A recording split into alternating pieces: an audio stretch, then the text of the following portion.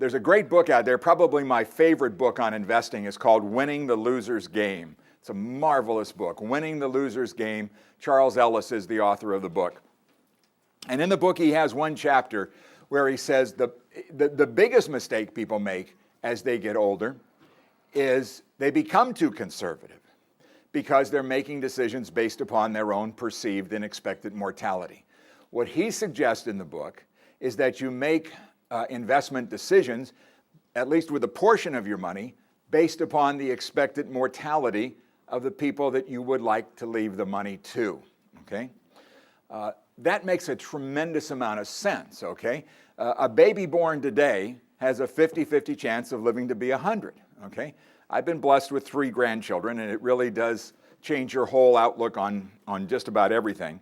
And it also makes you realize that you've pretty much given everything to your kids that they're going to get, okay? Now everything is for the grandkids. It just moves right over to that next. We just skip a generation, go right to the grandkids now. Everything's based upon that. Some of you have heard me say this before, but you know why grandparents and grandchildren get along so well?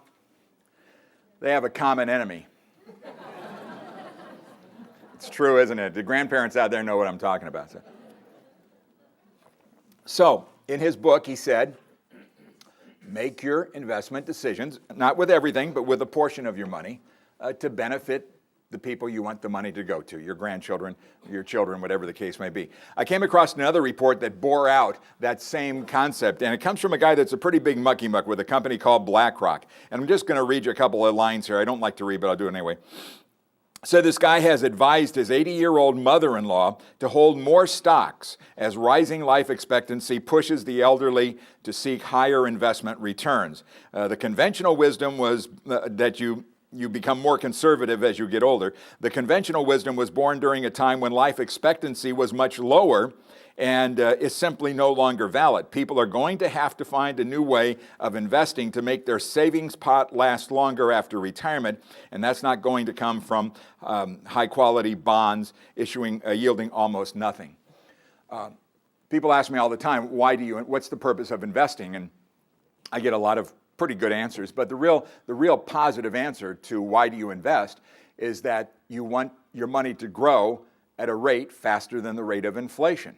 Okay, you put money into something yielding 1 or 2% right now.